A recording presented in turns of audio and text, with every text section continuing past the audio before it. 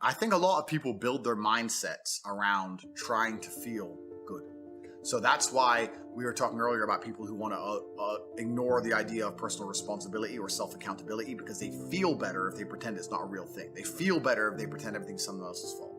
A lot of people's mental model and how they view the world is based around them feeling as good as possible. So when you sit there and talk to somebody who has the mask on and they refuse to believe the elites are laughing at them, it's not because they can't comprehend the ideas, it's because they feel better if they don't believe that they are a clown to the elites. I feel better if this is really all innocent and it's really all about a disease. So people are basing their mindsets around trying to feel good. I have always tried to base my mindset around absolute competence regardless of how I feel. There are certainly disadvantages to that. There are times you're going to be a lot more pessimistic, or you're going to be a lot more stressed, or a lot more, pissed off about certain things than others. Yeah, that can be seen as a downside, but like I said, I use all of those things for unlimited motivation to propel my endless upward trajectory. But if you construct a mindset that allows you to be as competent as possible, as opposed to feel any different or feel better, then you're going to naturally come to the conclusions I've come to.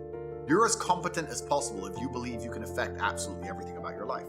You're as competent as possible if you believe absolutely everything that's happened to you, whether good or bad, is completely your fault. You're as competent as possible if you believe the bad things that happen to you are going to allow you to work harder and become even better. When bad things happen to me, the first thing out of my mouth is good. Good. Andrew, they took $10 million out of the bank because they canceled you. Good. Good. That's just my response. Good. Andrew, this happened. Good. Good. Now I'm really pissed. Good. This mindset I've constructed allows me to be as fearsome a competitor as possible. It allows me to be a feared opponent in any realm of human endeavor, and that's the point of a mindset. Why would you have a mental model or a mentality that made you anything less? In the ultra competitive world that we've just discussing that everybody wants the things you have, why would you absorb information or construct a mental model that doesn't allow you to be as competitive as possible? I am a feared competitor in anything I do. Anyone who's up against me at anything is going to feel a degree of nervousness just because it's me. It doesn't matter what it is. If you say, look, you're going to go learn how to play piano and you're going to play against someone else who's never played piano and you're going to learn, and that guy's Andrew Tate, you're going to be like, oh, for fuck's sake. I can't even play piano. But part of them is going to be like, oh, not Tate.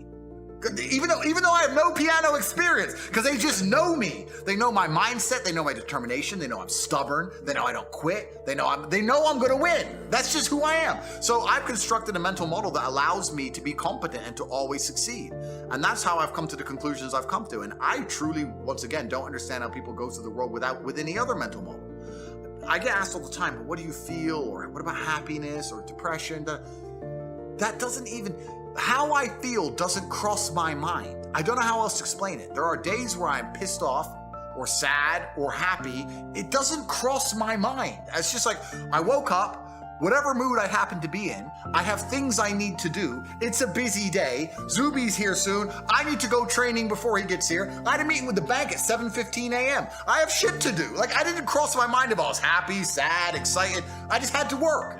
So I think my mental model, to a degree, I'm certainly not a person who doesn't feel emotions, because we're all human. I certainly do. But I've never prioritized them in any regard. I haven't built a mental model that I haven't put them in the middle of my mental model and then affected my actions based on how I feel for each one. It's absolutely and completely the opposite. I would love to do a podcast on a day where I'm particularly sad and a podcast on a day where I'm particularly happy. And I guarantee you wouldn't be able to tell the fucking difference. So that's what allows me to be competitive, right? Because if you're competitive, if you want to be the most competitive predator on the planet, you have to be able to hunt in the day and the night.